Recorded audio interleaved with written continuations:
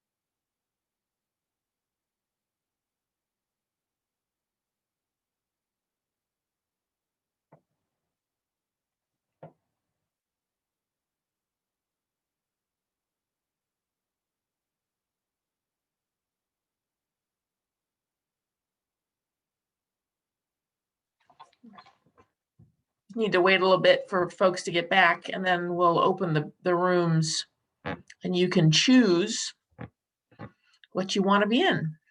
Jake's typing in the instructions for the breakout sessions. We'll have 40 minutes max, maybe less if we don't need it.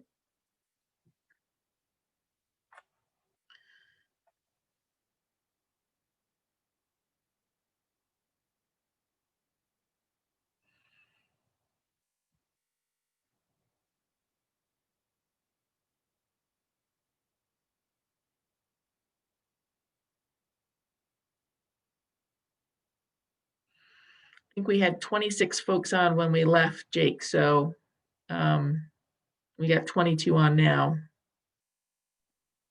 402, you want to start? Yeah, I'm just looking at, because we can just start, we can just start going into breakouts.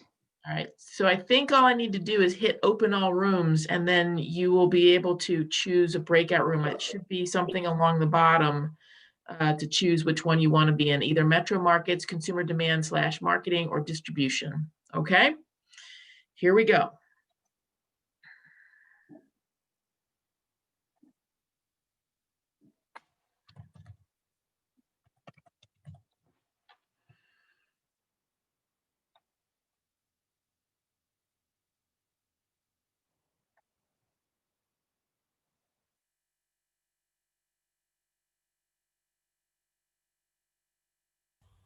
I feel like I'm blowing it. How do you find the room?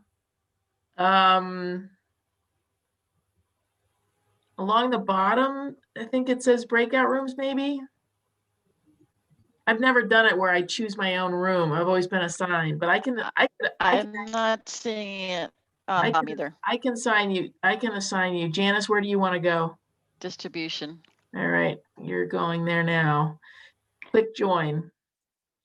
Lauren, I'm gonna assign you to Metro. You'll need to join. Got it. Thank you. Ellen, can you assign me to distribution too? This is Liz. Yes, I can do Thank that. you. Hold on. Okay, you're gone.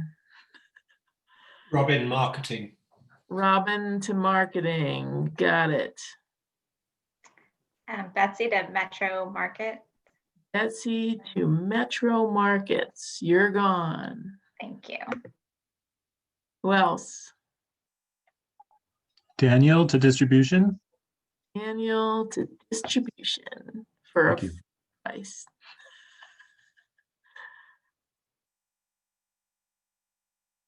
Rose, what about you? Metro Markets. Okay. Leg or Giant? Which would you like to be in? Giant to distribution, please. Giant to distribution. Okay. Lawrence, what would you like? I didn't have it right in front of me. Where do you want to send me? Distribution, Metro Markets, or consumer demand, whatever you want. Consumer demand. Okay.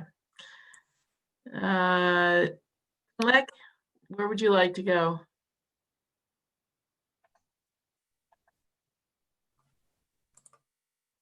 Andrew Davis, where would you like to go? What were the options again? Metro Markets, consumer demand / marketing, or distribution? Just wait, regional markets. Metro Markets, you got it. Metro Markets. Yep. Or looks like my somehow my camera has frozen. Can I rejoin? Yes, you can. With a different device. Absolutely. All right.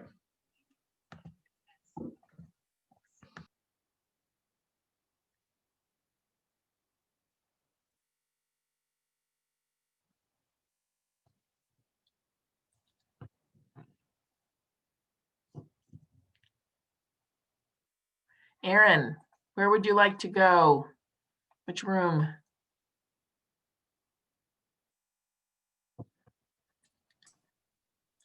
Mari, which room would you like to go into? Metro Markets, consumer demand, or distribution? Hi, Mari. Which room would you like to go into? Distribution, consumer demand, or metro markets? Whatever the first one. Metro Was it- markets? Yeah, I think it was about marketing and stuff. Yes, I will send you there. You'll get a little pop-up that says join, okay? Yep, got it. Been in plenty of these. Ellen, it's trying to send me to distribution. I want Metro. Oh, you want metro? Yeah, Let's see here. thank you. Robin, we'll go to metro. You got it. Right.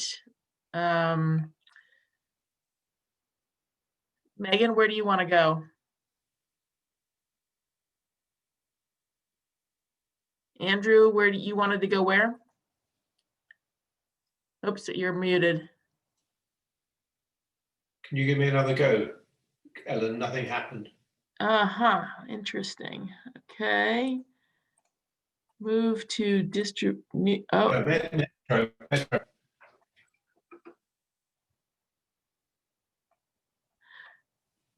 Kunlek, where would you like to go? Sorry, you're muted. Metro first market. group, Metro, yeah. Okay, you got it. Okay, Robin, metro. Yeah. All right, hopefully that works. Got it, Robin? No, You should have a little like join button. yeah, nothing's coming up. Huh. Metro, it says you're in there. I've got you on. I can't. It says you're in there, but it's clearly not. Let me see here. Shall I leave and come back? Yeah, why don't you try that?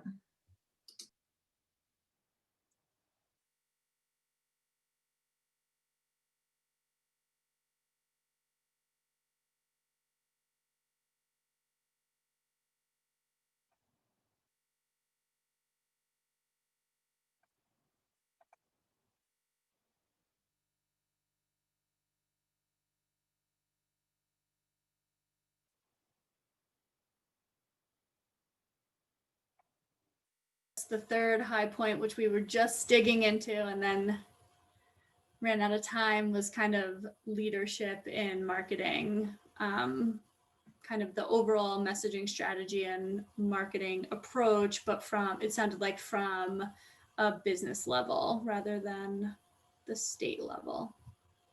Lauren, could you restate the first two for me? Sure. It was there being 3 distinctive audiences for marketing. So one local, in-state, one being out of state, and the other being institutional, and all needing their own kind of marketing approach and message and strategy. And then the second was we talked about the importance of the state doing some of this marketing on behalf of the businesses to kind of reduce the burden on businesses, the small businesses, so they could really focus on their business and not on the marketing. And what the last, not to restate the last one, but I was just trying. I don't know if I fully understood the notion. So is Robin here? Yeah, Robin. Yeah. Do you want to talk a little bit just quickly about the leadership piece that you were bringing up at the end? Yeah, if you look at milk, Cabot sell all the milk in, a lot of the milk in Vermont. No farmer markets their milk. So take a carrot. We've got lots of carrots being grown in Vermont. Who's going to market those carrots outside of Vermont? How do we get those carrots marketed outside Vermont? Not only carrots, but other vegetables. Not all vegetables, because you know, I wouldn't go against Maine with potatoes. But so there's got to be leadership there, and there's got to be, you know, dollars put into marketing if we're going to increase the market, increase the demand for Vermont farms outside of Vermont. Thank you.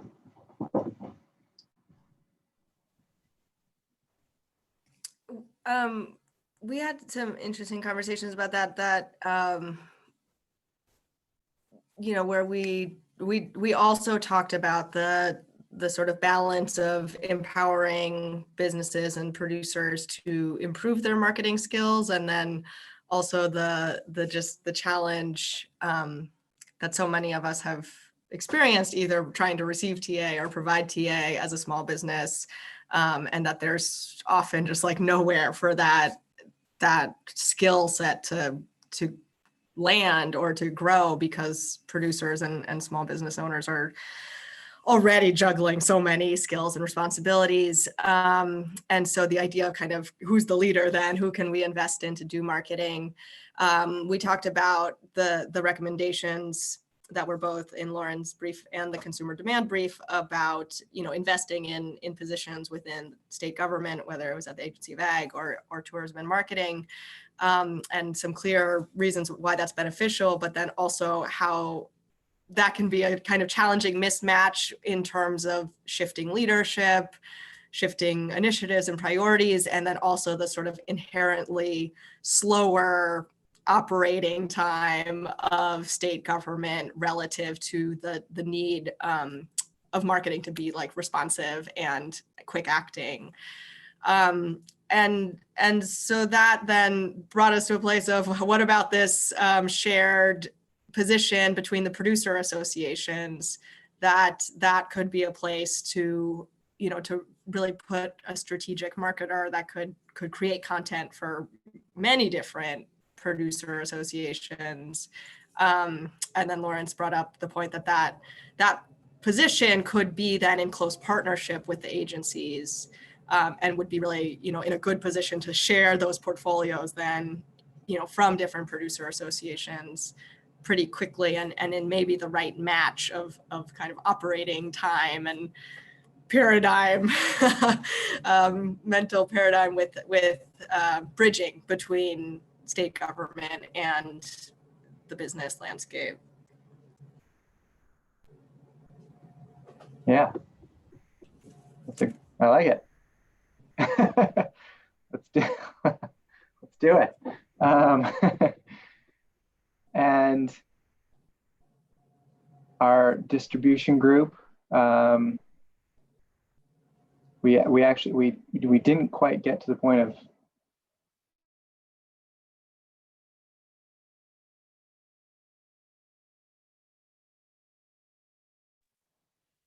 Jake, you're frozen up and we're here at the office. That's not supposed to happen.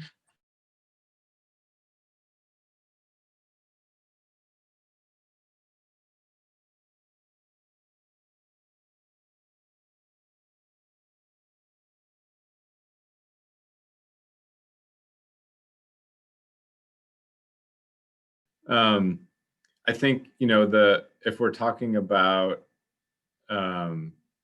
increasing consumer demand, if we're talking about these metropolitan markets, you know, it's just critical that we figure out what the distribution infrastructure is. And so, you know, we did spend some time talking about how that has been not invested in as much as some other aspects of our food system.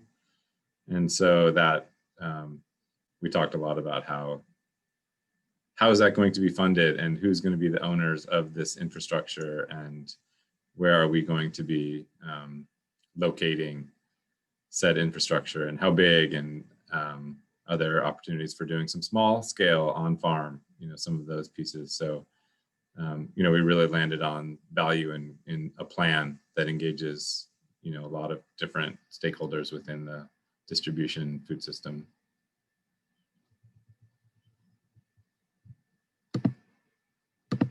Anybody else want to add to that while we wait for Jake? Oh, Jake's back.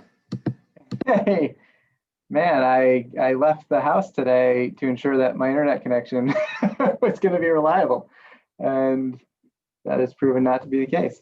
No, I caught the last part of that, Richard, and I think that summarizes things well. I mean, I think one of the, I don't know if you touched upon this, but one of the things that did come up was whether, you know, when you do have, you know, distribution infrastructure that's giving you access to, say, metro markets, there's still kind of this, how could that be paired with, you know, marketing or brokerage types of services, or you know, sort of these branded products, to kind of Robin's point, or we talked about a little bit about meat was one thing that came up. So just how do you tie all of those components together in an effective way? And you know, one idea too is that a plan, you could look at different kind of scenarios where first, you know, sequencing needs to happen, is you need the marketing pull and then the infrastructure comes. Or if the sequencing was you have an oversupply of infrastructure and a lack of throughput initially, you know, what implications does that have?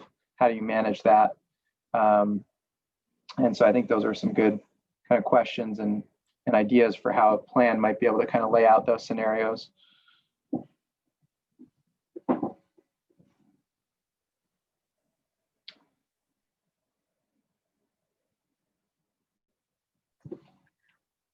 So Jake, we've got about 5 minutes before we need to head over to the other big group. What anything more you wanna, oh, actually Lawrence just raised his hand. Yeah, I was just going to follow up on Jake's comment, and the, you know, it's important for producers to understand the difference between different types of distributors and what they're able to do. A lot of small brewers get into having a distributor and thinking that there's going to be some selling going on, and those distributors are really there for fulfillment. And the marketing and business development aspect is still on the producer. And so this idea of the role of the brokers, the role of the associations, the role of the master marketers so that the producers can stay on the farm, you know, I think that's a really important thing to tease out and to make sure that expectations for different participants are well understood and aligned, or there's going to be friction. Yeah, great point. Robin's giving the thumbs up. It's interesting too, because in Farm to Plate 1.0, we had a big appendix section done called Connecting the Dots, which laid a lot of this actually out to try to really understand the different functions within this broad category of distribution. So it may be worth refreshing that document and getting it into a format and we can be doing something with it, because I think you're right. A lot of producers still don't understand all these different functions and around expectations, but we've got a lot of that built already. We just got to get it out there. Would it be helpful to change it to logistics? Because distribution has value add attached to it, but FedEx is with distribution. So I wonder whether the distribution tag is the wrong tag for it.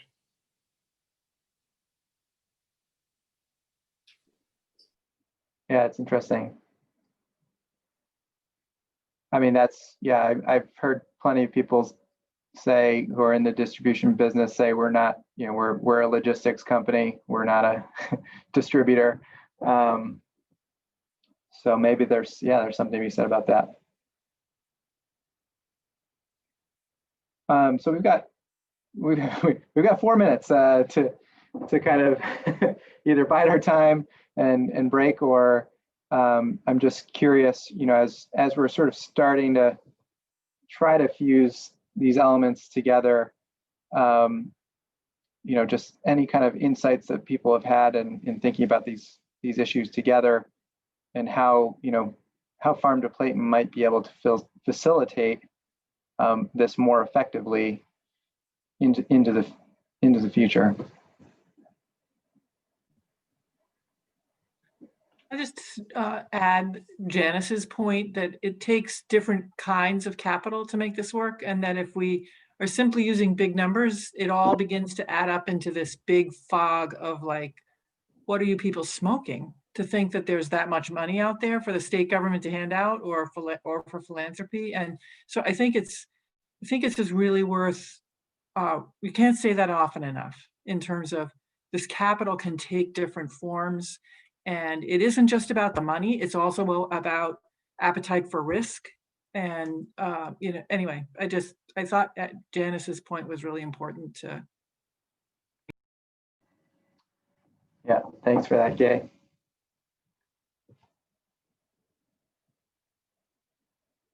Yeah, and that was just another piece of our conversation too, is just being very explicit in our recommendations if we are talking about the need for private investment and capital, to say that, and not, because otherwise the assumption by the legislature will be that it's likely public funds or grants. And we can say it till we're blue in the face, and many of them will still hear it as that. Or money that they could use for something else if they had it.